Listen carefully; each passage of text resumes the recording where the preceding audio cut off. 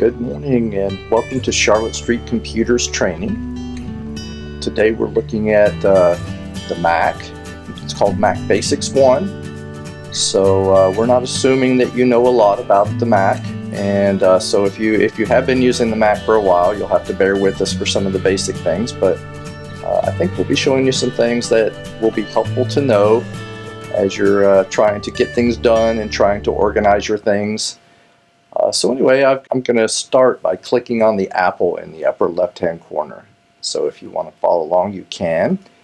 And I'm going to click the very first item, which says About This Mac. And so I'm using an operating system that's called Catalina. It's the latest one. Apple comes out with a new operating system every fall. This one came out, I think, in early October of 2019.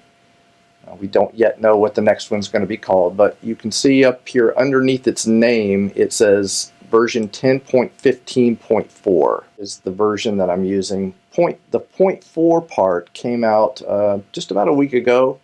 So the little points at the end are little updates that they do, which sometimes add features. I think this one added a feature or two. So anyway, the 15 is the Catalina part. And macOS 10 is something they've been using for really 2 decades now. This macOS 10 came out in the year 2000. So we've had 15 major updates to macOS 10 over that 20-year period.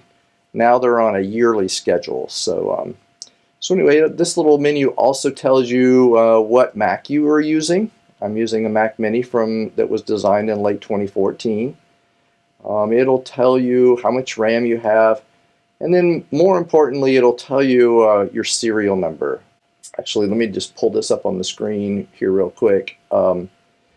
If you ever call Apple's 800 number, which if you've bought a new Mac in the last month or two, you've got at least 90 days of phone support with Apple. If you bought Apple Care, you're going to have 3 years of that phone support. If you call that number, they're going to ask you, even before you talk to a real person, they're going to ask you, what is the serial number of your Mac? So it's real easy to get to it. You just, I'm going to click that little red ball there. You just click the Apple, click About This Mac, and it's going to be in this first screen, serial number, and you can give that to the person. That's easier than turning your Mac upside down and trying to read 2-point type. So anyway, up at the top of this little box also, I just want to point out another little button. There's 5 buttons up at the top in this initial box that you get.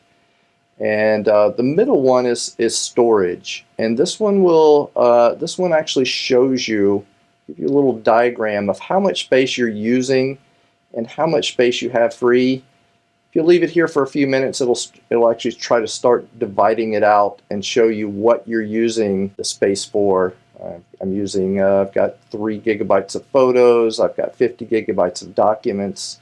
This is probably the operating system itself. And then I've got some other users on this computer that are using up some space. But I've also got 219 gigabytes free, so I'm in good shape as far as that goes. And then I also have on this computer another volume called Time Machine, and we'll be talking about that towards the end of the class. This is something that I'm doing to back up this Mac. So anyway, I want to get out of this window, and so you've probably figured out by now that closing windows is just hovering your mouse over the little red ball and clicking on it. The yellow ball will minimize what you're doing into the dock down at the bottom of the screen, and then this particular window will not take over the screen, so it's kind of grayed out, but we'll talk about that little button in a little while. So anyway, I'm going to close this button, and we will come back to the Apple menu and talk about some of these other items in a little bit. But for now, I want to move over in this direction. So I'm moving over to the menu that's just to the right of the Apple. And this one changes depending on what you're doing. So mine currently says Text Edit because I was showing you that document a minute ago that had the Apple 800 number on it, and that was created using the Text Edit program. But this program will change. So if I come down to my dock down here at the bottom, My eyes are attracted to this App Store because I've got a number 7 on there. I'm going to go ahead and click that. This menu up here at the top has changed to the App Store.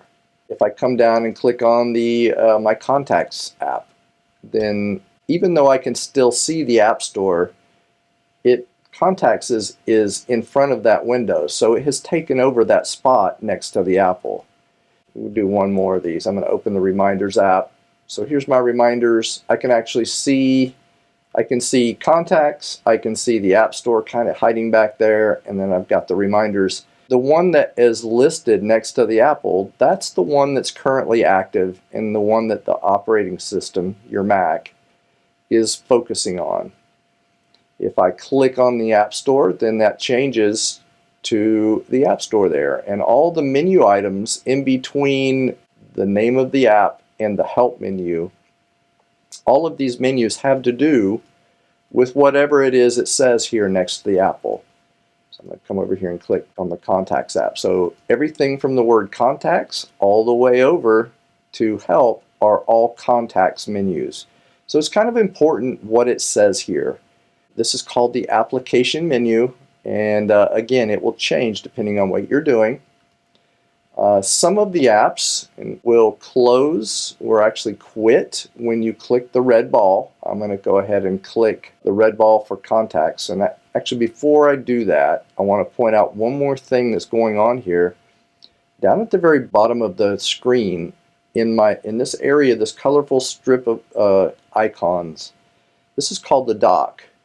And so the apps that I currently have open, the App Store, Reminders, Contacts, TextEdit, they have little black dots underneath them. That's letting me know that these apps are actually open, whether I can see them or not. So I can actually see the App Store, I can see Reminders, I can see Contacts. I can't see TextEdit running, but that black dot is letting me know that it is in fact still running. So some apps will close and actually quit when you click the red ball. So I'm doing that for Contacts, and its little black dot has gone away. Same thing for Reminders. When I click it, its black dot goes away. TextEdit, obviously I've closed the window that I had open that had the Apple 800 number on it, but its black dot did not go away, and we'll talk about that in a minute. But when I do it for the App Store, its black dot went away. So what's the difference there? It is that apps that can have more than one window will not quit when you click the red ball. A good example of that is the Safari app. So obviously we actually do a whole class on Safari.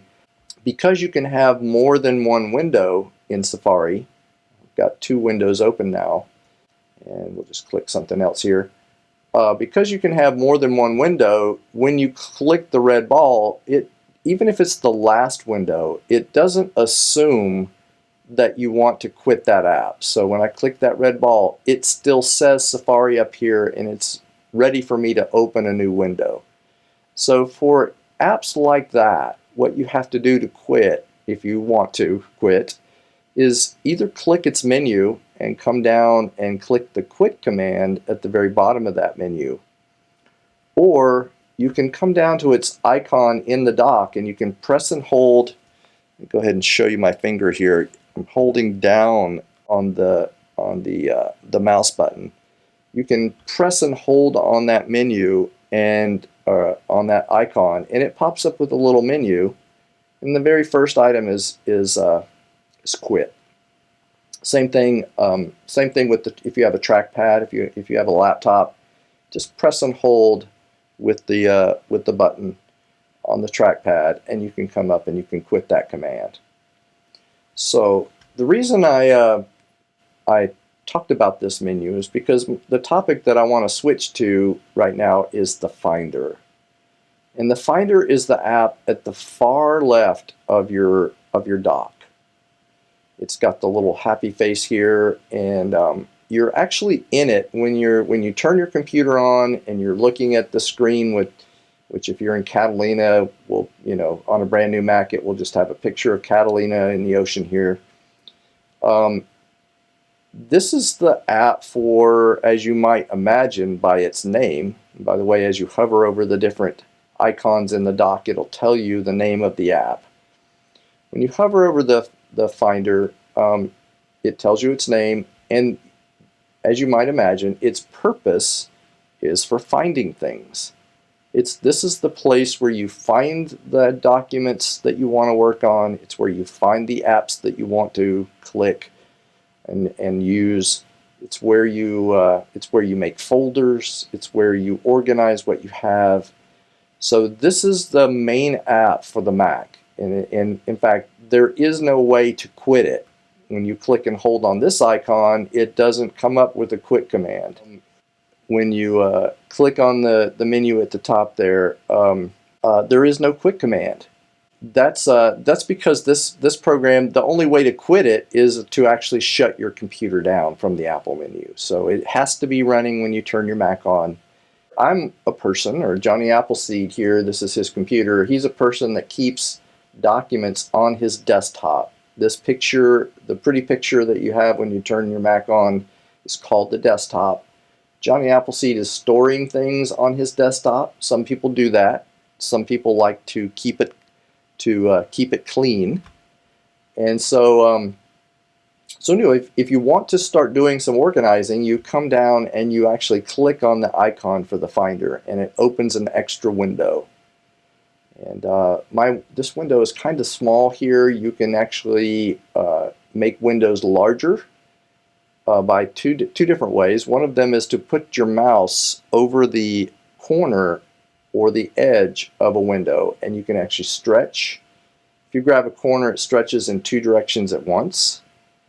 And so I'm going to stretch this out a little bit. And the other way actually is to click the green ball. If you click the green ball, it actually takes over the entire screen. And it can be a little intimidating because you lose your menu at the top and you lose the dock. It's like, how do I get out of this? Well, if you bump the tip of your mouse to the very top, you get these menus back. And if you bump the tip of your mouse down to the bottom, you get the dock back. I'm going to bump my tip of my mouse to the top, and I'm going to click the green ball again, and it's going to get me back out of that. So a couple things I want to do here. I want to point out these little menus at the top, these four little buttons at the top here, and I want to stretch out this sidebar right here. So I'm going to hover my mouse along the edge of this and stretch it out so that I can read all the things that it says here. So anyway, back to these buttons at the top. These are four different ways of looking at whatever you have selected in the sidebar on the left. So I'm actually looking at my Documents folder. This is the other place, the other main place for storing things. So the two places that you might have to store things are Desktop and Documents. So Johnny Appleseed is storing a fair amount of things on the desktop, and then he's also got another place where he stores things called Documents. And so let's just say that today he's interested in cleaning up his desktop. He would like to take these things and move them into the Documents part that would be hidden from the desktop. So it's kind of like putting files from the top of your desk into the filing cabinet. So what I'm going to do, I'm going to go ahead and we'll come back to these four buttons, or maybe I'll just go ahead and talk about them right now. These four buttons at the top, I'm looking at Documents over here on the left. There are four different ways of looking at these documents. And the first button is Icon View. Icon View is a fairly large icon. You can almost tell what the document is just by looking at its picture. I enjoy this view. I like the big icons. But there's other views. There's a list view, which puts things usually in alphabetical order, but it's a list, and it has these different columns of extra information, like when was the date that you modified the document that you're looking at, so or how big is the document. You can actually click these and sort by the different things. So you can sort by the kind, the size, the date modified, the name. So list view is a popular view. I personally really like this one called the column view. And the column view is really nice if you're an organized person that uses folders. Column view lets you look at, when you click on a folder, it lets you see the contents of a folder. I'm going to come down here to the bottom and stretch that out a little bit. It lets you see the contents of a folder in the second column. And if you've got folders inside of that folder, so this iWork folder has got 4 folders inside of it, then when you click that folder, it will show you its contents in the third column. And when you finally click on an item, it will actually show you a nice preview of the item in the last column. But you can keep drilling down into the contents of folders, and it lets you see the actual path of the item. So I'm a big fan of this one. I actually like this one a lot. But then there's a fourth view, and this one was new. They've had 4 items for a long time, but the 4th item changed back in 10.14 Mojave. So if you have Mojave or Catalina, you'll have the same button that I have. If you have something earlier than Mojave, which was 10.13 was High Sierra, 10.12 was Sierra, 10.11 was El Capitan. If you have one of those, this 4th button will be a thing called Cover Flow. I'm going to switch over to a folder called Italian Design here.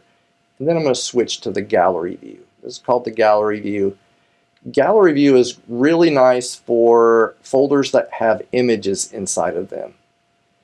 And this lets you, you'll have your items across the bottom, and you can actually switch between them, but you'll have these nice, really large previews of the item right front and center. And so it's great for browsing through images. Over on the right hand column, there will be a new column over on the right for this that gives you what they call metadata for that item. So it'll tell you, if it's a photograph, it'll tell you what are the dimensions of the photo, what camera took it, did the flash fire, things like that. So good view for photographs and images and things like that. So you get to decide which view you're using, and I often change the view depending on what I'm looking for. Also, a very important button is this 5th one called Group, and this one lets you sort what you're looking at based on different criteria depending on what you know about what you're looking for. Let me just go back to Documents, and I'm going to switch to the icon view. But I can click this, and right now my icon view is sorted by the name of the item. So it's starting with the B's and working its way down the alphabet. But if I'm looking for an item that I perhaps created recently, I could sort this by the date that I modified something. And so it will switch to the most recent things put the most recent things at the top. Or maybe I'm just looking for something that I created recently. So in that case, the most recent things I've created will be at the top. So this is a very important button. You can also sort by what application created the item. So if I was looking for a Keynote document inside my Documents folder, I just narrowed it down to the only thing I have inside of Documents that is a Keynote file. So these 5 buttons are very important for finding things. So what I'm going to do right now is I'm going to organize my desktop, which is the things that you see over here on the right in the ocean here and in the sky. This is my desktop. I'm going to go ahead and close this window for now. And what I'd like to do is I'm going to put all of these things in a folder. So the first thing I need to do is create a folder. And so I could use the File menu and do this up the very top next to the word Finder. Since if you're in Finder, in the File menu will be this option that says New Folder. So that's one way you can make a folder. You can come all the way back up here near the apple and click File, New Folder. I'm going to try switching over to another view here where you can see my mouse and my trackpad.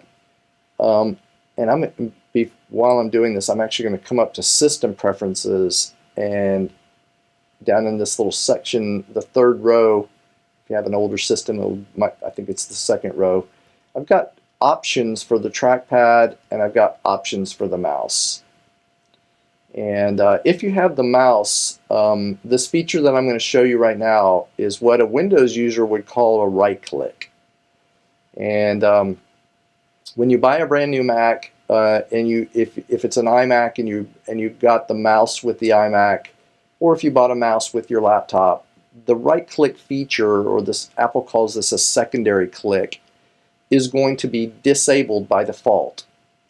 So this entire surface, when you click on it, is going to be a left click. If you come into these system preferences, so if you click on the Apple and click System Preferences and come down to Mouse, you can enable the right click feature by checking this box on the point and click section. And so then, after you've checked this box, then there's an invisible line down the middle of the mouse that divides between the left side, which will be a normal click, and the right side, which will be the right click, or the, as Apple calls it, the secondary click. If you have a laptop and you have the trackpad, I'm going to come over to point and click here, secondary click is already checked. But what you do to enable that feature is to press down on the mouse with 2 fingers.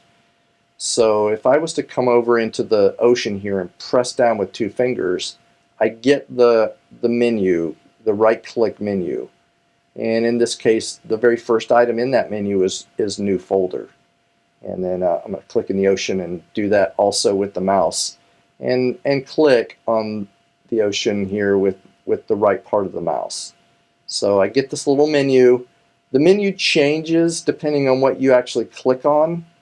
So if I was to come click on one of these stacks here, I don't get the New Folder option. I get a whole, well, I do get a new option with the things that are underneath my mouse. So I could make a new folder with those items. But anyway, what I want to do, I want to make a new folder, and I'm gonna first thing I'm going to do, let me show you this. Before I make a new folder, I'm going to disable a feature that I'm using. This feature is found under the View menu. When you're in the Finder, you come over to View. I'm using a feature called Stacks. Now this was a brand new feature with Mojave a year and a half ago. And it's really great for people that have messy desktops like Johnny Appleseed does. So I'm going to go ahead and first disable that feature. And what that did, let me enable it again. You can see that it's putting all the miscellaneous items on the desktop into little stacks, neatly organized over on the edge. And it has organized them into different kinds of documents. So, for instance, here is a spreadsheet stack. Here's a presentation stack, and a PDF stack, a movie stack. It just organizes your documents based on what kind of a thing they are. So I'm going to disable that, and I'm going to come over here into the Ocean, and I'm going to make myself a new folder, which I'm going to call Mac Basics. As soon as you create a new folder, you can actually just type a name on the folder. If you, let me just put my keyboard up here. If you highlight it and press return, it goes between a light blue and a dark blue. When it's light blue, you can change the name of the item. When it's dark blue, it's going to kind of stick there. So anyway, I've got this empty folder here, and I can take items, and you can see me pressing with my finger and dragging. You can take items and drag them into the folder. So I could do this one by one. Or I could select multiple items. Let me do this with my trackpad as well. Let me do an individual item. With the trackpad, I'm pressing with my thumb and dragging with my finger. So press and drag. If you want to move a bunch of items at the same time, you can draw what I call a lasso, where you start the mouse in an area that doesn't have one of the icons, and you click and you start dragging it. And anything that the little box that results touches becomes selected. And so then you can move all of those items at the same time. So I just moved 8 items into this folder. And so now I'm going to select this whole group here by putting my mouse in the sky, press down with my thumb and drag, and I've just selected that whole group, and I can take them all and put them in that folder at one time.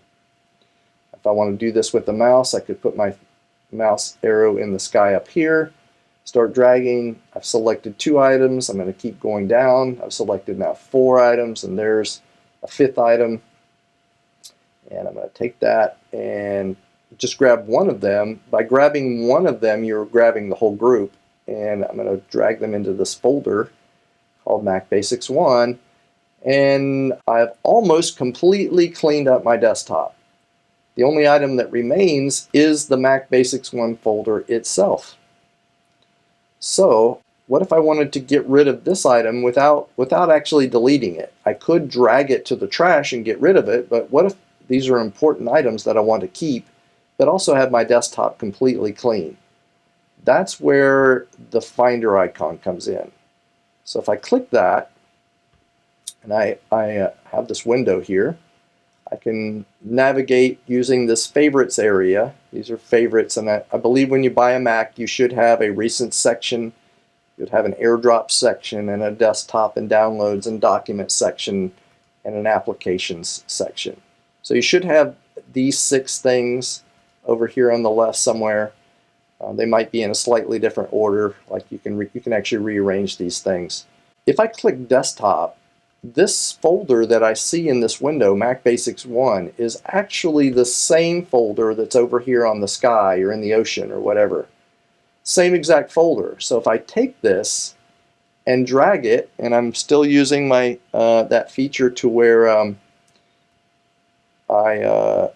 pressing down with my finger and dragging, I could drag this on top of documents in the sidebar. And when I let go, it actually cleaned up the desktop. So I'm clicking on the Finder again. That folder is now inside of documents somewhere, and this documents folder is currently organized by the application. I'm going to change it to organizing it by the name. So here in the middle in alphabetical order, because I'm organizing by name, here is the folder that I just moved inside documents.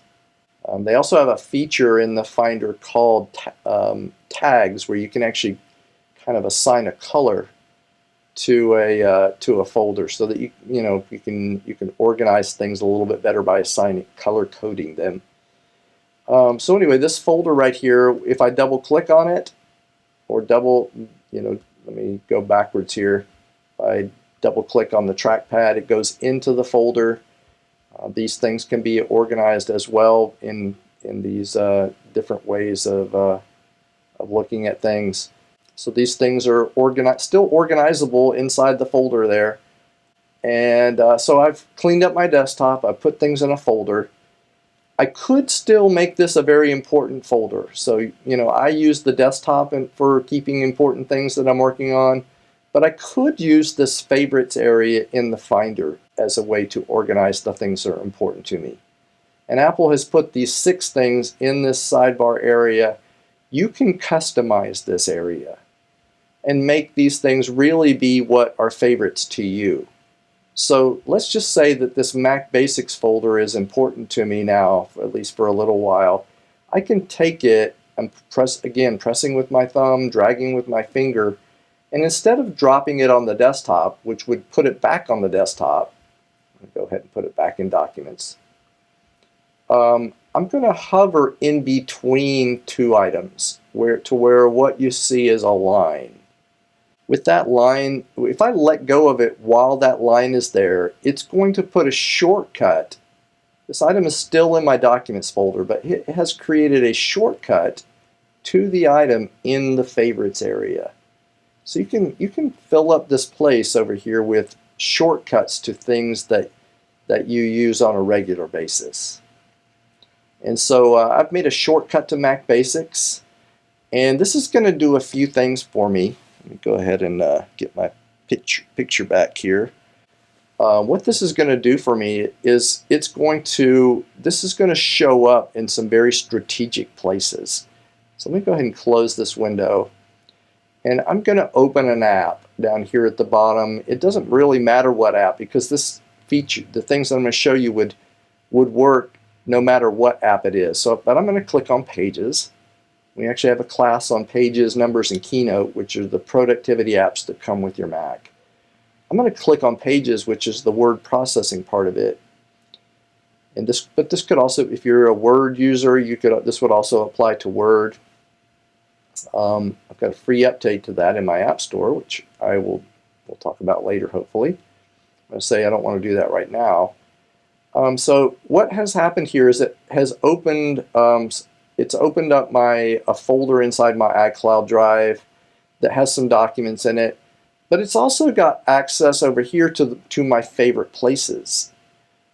So if I click on Mac Basics, it actually shows me my Pages documents inside this area here. So I didn't have to go poking around in Documents, try to find the Mac Basics folder, and then double click it to get to this, because there was a shortcut to it right here in my sidebar. Let's say I don't want to open one of these, but I instead want to create a new document. When I click New Document, and we'll come over here and choose a template. Maybe I'm going to write a textbook on how to use the Mac. If I then come over to the Save command in the File menu to save my project here, and we'll call this Mac Basics 101, and I can save that in my Mac Basics folder. That's fine. Or maybe I'll choose to save that on my desktop so you can see it when I save it. Click Save. But anyway, what happened was, well, actually, I meant to save as. Let me save as here. What I meant to show you was that the Mac Basics 1 folder shows up right in the Favorites area here. Also, while we're here, I just want to show you that Apple sometimes hides more complex things just to keep it simple for beginners. So as a beginner here, if I click the Save command, it's going to save these things on my desktop. But if I want additional options, I can click this little triangle here next to the desktop spot, and it gives me basically the option to save this file anywhere that I want. So I could drill down into the iWork folder and save it inside the consumer folder there if I wanted to. But anyway, my point there was that if you, when you're saving something for the very first time, the folders that you put in the favorites area will be super accessible to you. So anyway, I'm going to go ahead and close this, and I'm going to shift our attention down to the bottom of the screen. So we've been talking about this favorites area in the left of the Finder window that let you customize the folders that you put over here. And by the way, when you're done with one, you can do a two-finger click. Let me switch back over to this view here. I'm going to press down with two fingers, and I'm going to remove Mac Basics 1 from the sidebar. That doesn't remove the folder. It's still in my Documents folder, but I've just removed the shortcut to it over here on the sidebar in the Favorites area. The dock at the bottom is similar to that. So the only difference is a big part of this dock is just apps. So these would be your favorite apps down here across the bottom. And Apple has pre-populated it. Let me go back over to my picture here. They pre-populated it with the apps that they think their favorite apps, the apps that came with your Mac that they think you're going to use. But you can customize this and put the things that you use the most in there. So if you maybe just added an app recently and it's going to be something you use every day, you can go in and add it to the list. So anyway, you can also take things out that you don't use. So for instance, there's a new app that came with Catalina called Podcasts. They actually, in Catalina, one of the things that they did was they split up the old iTunes app, which is now called Music, into some things that iTunes used to manage, one of which was podcasts. The other thing that used to be in iTunes was TV shows and movies. And so they thought iTunes was doing a little bit too much, so they've broken it up, and they put podcasts as an app, and they put the TV shows as an app. If, for instance, I don't use the podcast, I can click and hold on it, and actually let me switch back to that view. I can click and hold on it and drag it into the Ocean and remove it from the shortcuts area, this dock. I could take my TV shows and drag it into the Ocean, and it goes away from the dock. If I want to get them back, I can either go over to the Finder and click on Applications and find those things in the list of applications. Here's Podcasts. And I can drag them back down into the dock area. They've also, one of your apps in the dock is a thing called the LaunchPad. Now, the LaunchPad will be there if you bought a brand new Mac and you've never had a Mac before. But if you had another Mac and we transferred the information from your old Mac to your new Mac, one of the things that it will do is honor what things you had chosen in the dock. So you may not have LaunchPad in your dock, but you can go over to the applications, you can open the Finder, and you can click on Applications, and you can go find the LaunchPad in here, and you can take it and drag it down to the dock. This icon right here will show you, even when you don't have this open, it will show you all the apps that you have on your Mac. And so you can click on it and you can go in and drag things that are not in your dock already, and you can put them down here.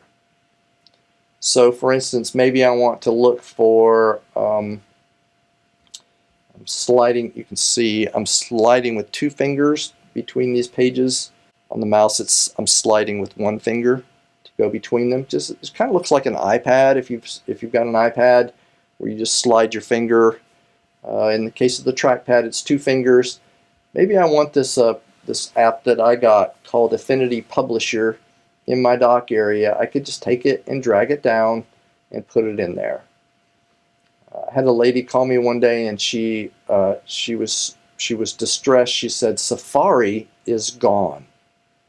Somehow the Safari icon had disappeared from her dock. And so if she had had the LaunchPad in her dock, I could have just said click on the rocket ship and look for the word Safari. And if you can't find it, you can actually just start typing on your keyboard. You can just start typing the name of an item, and as you type, it will start narrowing it down with just the S. These are the things in my applications that have the letter S in it. As I type an A, it already narrows it down to just Safari. So anyway, I can then take that and drag it back down to the dock area. So the dock is customizable with apps that you use on a regular basis.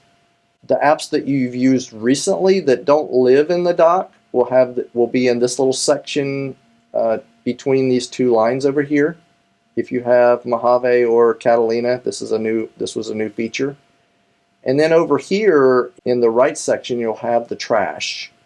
So the right hand side, the trash can will be right here. Things that you've deleted will be right here. And then you can also put folders, the same kind of folders that you would have had in the Finder. You can put a shortcut to folders, and Apple by default, they put a shortcut to your downloads folder right next to the trash can. I've left that because I like that. When I'm in Safari and I download something, I don't have to open up the Finder and go find it inside here. I can actually just see the most recent item I've downloaded. You can see it's this picture of a flower. It shows up on the top of this little stack. I think they organize these things as a little fan menu that pops up. They're usually organized by the date that you've added these things. but you can also right-click on that and tell it how you want these things to be organized. So I could have the stack organized by the name. I've got it by the date added, and I've also got it organized by stack instead of folder. So it looks like a folder if I choose that. And I've got it organized by fan instead of grid. So if I change it to grid, it will look something like this. So I can see more items, but I like having it in a fan with the most recent item at the bottom. So if I just downloaded something, then it will be right there. So that's a quick overview of the dock. So what I'd like to do now is I'd like to go put things back the way they were. So I'm going to go back to my Finder, and I'm going to open the Mac Basics folder that I created, and I'm going to select all of the things that are inside of it. So I could draw a lasso and select everything, but instead of that, I'm going to go up to the Edit menu and select all. And I could also use the keyboard shortcut Command A. So I'm going to do that. All of the items inside this folder have been selected now, and I can just grab one of them, and you can see there's a little number next to my mouse that I think it says a 34. There's 34 items selected here. I can take them and either drag them over to the edge, and that would put them back in the ocean here, or I could take them and drag them on top of desktop over here in the favorites area. When I let go, those items have moved back to the desktop, and I think I'm going to go back to use that stacks feature to kind of organize those things. So anyway, that's a quick overview of the Finder. It's a quick overview of the dock, things that you're going to be using on a regular basis. Also, in another feature that they've added in the last 4 or 5 years for finding things is Siri, which you may have become a little bit familiar with Siri using your iPhone or your iPad. The Siri on the Mac works the same way, but it can also help you find things. So just as one example of how this works is I'm gonna ask Siri, what can you do? And so it popped up, and most of the things that Siri can do are the exact same things that Siri can do on the iPhone and the iPad. But iPhones and iPads don't have a Finder. So there are some things that Siri can do for you. If I click on the Finder, it gives me some examples. And there's a really powerful example here. It says, find files. Here's an example of talking to Siri. Find the number spreadsheet I was working on yesterday. It's like maybe you were working on a spreadsheet and it's not where you thought where you put it. So you could just ask, where's the number spreadsheet I was working on yesterday? Or I could say, I'm going to ask, I don't use the numbers program very much on this training Mac, so I'm going to ask Siri, I'm going to click the little swirling ball here, or I could click the Siri icon in the top right next to the magnifying glass, or I could click on Siri down in the dock. But I'm going to click on this one. Show me Keynote documents I have worked on in the last year. It just automatically found these 5 documents on my Mac, no matter where they are. It has found them, and I can, if I was looking for the Did You Know slideshow or the Performing Chinese Opera, I don't have to remember where I put it because Siri knows where I put it. So I can just go ahead and click it. It'll open the Keynote app. I don't want to do that update right now. If I want to find out where I actually did put that, I could I'm holding down the command key on my keyboard right here. There's a command key on the right or the left of your spacebar. I'm holding down the command key while I click on that title, and it's showing me where I put this file. So I put it actually in the iCloud drive in the Keynote folder there. So anyway, that's where I actually put it. But I didn't have to know that. I just asked Siri, show me Keynote documents I've worked on in the last year, and it found it for me. I can also click the little plus and just add that list to my notifications area. Little option here at the upper right hand corner, a little thing called notifications that brings up things like the weather and your calendar and things like that. I've added those 5 documents to my notifications area. You can remove them later if I don't want them, but that's a quick look at Siri as well. I want to turn our attention back to the Apple. So I'm coming back up to the upper left-hand corner. We've used system preferences a little bit today. I showed you the trackpad and the mouse system preferences. And by the way, I would recommend whichever one you have, or maybe you even have both, there are options for that device. And in the case of the trackpad, there's about 13 or 14 different options. And it's really good to, at least, you may not need to know what they all are, but you should at least find out. Just kind of hover over the different things and watch the little video demonstration. I've had people complain about their Mac doing things without them telling it to do things, and when in fact they were actually doing one of these gestures. So if you've got 3 fingers on the pad and you move them in a certain direction, it's going to do something. So anyway, just kind of we'll be talking about some of these features in the next class, Mac Basics 2. Same thing with the mouse. It doesn't do 14 things, it does about 6 different things, but there's some options for what the mouse can do in there. So take a look at those things. I'm going to click the red ball and get out of that. And then I want to mention the App Store.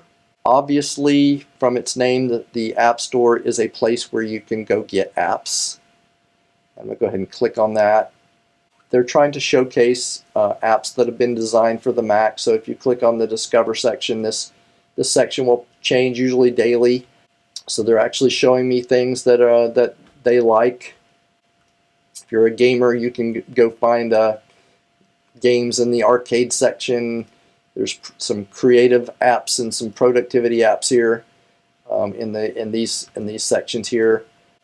If you've got updates, and even if you've not purchased any apps at all, there are 5 apps that came with your Mac that could show up with updates in the App Store. 3 of them are Pages, Numbers, and Keynote. So they updated this on March 31st, and I haven't been in here to do an update, so all I would need to do is click on the update command, and it's going to go get the newer version of that. Apparently this added some new features like drop caps and including comments with PDFs, things like that. So there's some new features on some of these things. So I can do my updates here. Anyway, I'm going to let that go, but this is where you do updates. If you have an older version of the operating system, this is also where you update your operating system. On Mojave and Catalina, you actually now do your updates for the operating system itself in System Preferences. So in the 3rd row, there's this gear similar to the gear in the iPhone and the iPad that's called Settings. There's a little section in here called Software Update and Security Updates. Any of the apps that were included in the operating system will have updates right here. Mine is up to date with today's the 6th of April. 10.15.4 is the latest thing. I do not have any updates, but this is where updates happen now for the Mac operating system. Let's see. Let's go back to the menu here. I'm gonna open a few apps. I'll open Safari and Mail. Maybe I'll open my Photos app. We'll open the News app, which is something I like. We've got the App Store still open. I'm gonna open Calendar. There's a feature I want to show you under the Apple called Force Quit. Now, this is hopefully something that you won't need very often, kind of an ace up your sleeve just in case something goes wrong. What this does is it allows you to quit an app that's misbehaving. And the Macs are pretty solid, so you won't have a misbehaving app very often. But it's good to know about this feature in case you run into it.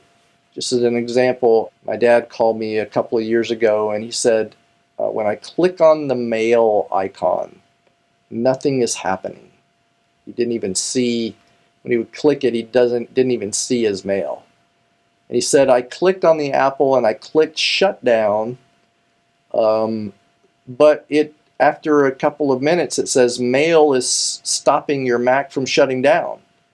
And so he was getting a little bit frustrated. He said, should I just pull the cord on the Mac? I said, no, let's try something else first. If a program won't quit, won't let you do anything, before you try shutting your machine down, just try force quit. And it's kind of like if you've switched from PC to Mac, it's kind of like the Control-Alt-Delete of the Mac world. And so I'm going to go ahead and click that. And what it does is it shows you a list of all the apps that are running. In his case, when we open this up, the Mail app had in parentheses after its name, not responding. So the Mac was aware enough to know that the Mail app was confused about something and it wasn't responding to any commands. So what we did was we clicked on it. You can just click on the different apps in this menu and you can come down and you can click force quit. And so I'll do this for the calendar since we're actually looking at the calendar there. And I'm going to click force quit. And that forced it to quit. I'll do the same thing with the App Store. Do you really want to force quit that? So you can go through, and it's not, it's better to just use the regular quit command. If I want to try to quit Mail, I could do that, but or click on the Photos menu and click quit from there. So you can it's first option for quitting things is to use the actual menu. Second option is to use the force quit command. So just kind of keep that in mind. The last thing I want to talk about before, if you're on an older version of the operating system, maybe you're on Mojave or High Sierra or something like that. Before you do an update to that, it's good to have a backup of your stuff just in case something happens. In fact, it's good to have a backup of your stuff even if you're not going to upgrade your operating system, because the component inside your computer that stores your important things could fail. And so Apple has a feature for that, and I mentioned it early on in the class. It's called Time Machine. If I click the Apple and click System Preferences, there's in the bottom section of the System Preferences area, there's this option called Time Machine. And what this is a application for backing up your Mac. The only thing it needs, besides you turning it on, is to have a place to do that. So I'm going to open Safari, and I just want to show you a couple pictures here. I'm going to open this little thing that I've pre-done here. Time Machine was created back in the era, I think it came out in 2005, so 15 years ago. All the Macs that Apple made had inside of them hard drives. And most of the Macs now, or at least all of the Mac laptops no longer use hard drives. The iMacs, most of them still have them inside. But hard drives are, inside of them, there's actually a picture of the inside of a hard drive here. They have spinning plates, and they have these little heads that go back and forth 20 times a second. The spinning is happening at 5,400 revolutions per minute, or 7,200 revolutions per minute, depending on the size of the hard drive. And these mechanisms would fail frequently enough to where Apple wanted there to be a common way for every Mac user to have to back it up. And so what you would do is you would go, let me go back to the list here. Let's look at these external hard drives here. You would plug in one of these. Here's actually a picture of a Mac laptop with an external hard drive plugged into it. You would plug this in and then open Time Machine, and you would select it from the list. And you'd say, use that disk to back up my Mac. And it would basically do an hourly backup of your Mac. And in case the internal hard drive on your computer failed, you would have an external version of the important documents and photos and things.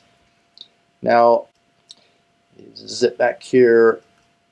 In the last 10 years, many of the Apple products have moved over to solid state storage. The place where your documents are kept no longer have moving parts. And when they first started shipping this, they said this is faster and more reliable than the hard drive. And it is faster and more reliable. They fail less frequently, they're much faster, but if something happens to this component, let's just say you spill a glass of iced tea on your laptop and you fry the little circuits here, or maybe the circuit just shorts out on its own, it's much more difficult for us to recover that information. So it's still important to have a backup even if you have one of these fancy new machines. We still recommend that you come in and you get, an external hard drive for backing up your system. Now it could be that you're, also in the last 10 years, one of the things that has happened is this idea of cloud storage, where you're actually backing up your data to basically a hard drive in the cloud. And so that's a legitimate option. On the Mac, the iCloud backup is backing up your desktop and your documents folders if you've chosen that feature, and we will talk about this in the iCloud class. But it's not backing up your downloads folder or your music folder or any other folders that you've got. It's not backing up your pictures folder other than the photos library inside of it. So anyway, if you want a complete backup of everything, that is what Time Machine is for. We recommend having one of those. So anyway, that's I think that's the last thing I want to talk about today. So tomorrow we're doing a class on photos. Let me just go over to Safari here real quick. Just show you our little calendar. If you go to charlottestreetcomputers.com/classes, there's a little calendar of classes. And if you click on a day, you can sign up for a class. So tomorrow we're doing a class on photos. Thursday we're doing iCloud photos. A week from today we're doing Mac Basics number 2. A week from tomorrow we're doing Safari. A week from Thursday we're doing iCloud Basics. So we're committed to doing these classes during this crisis time. Obviously we're not able to do it in the shop, but continue doing this online. So feel free to sign up for these classes that are coming up. I'll thank you for coming today. Anyway, we hope to see you sometime soon. So thanks again for coming, and hope to see you next time. Bye-bye.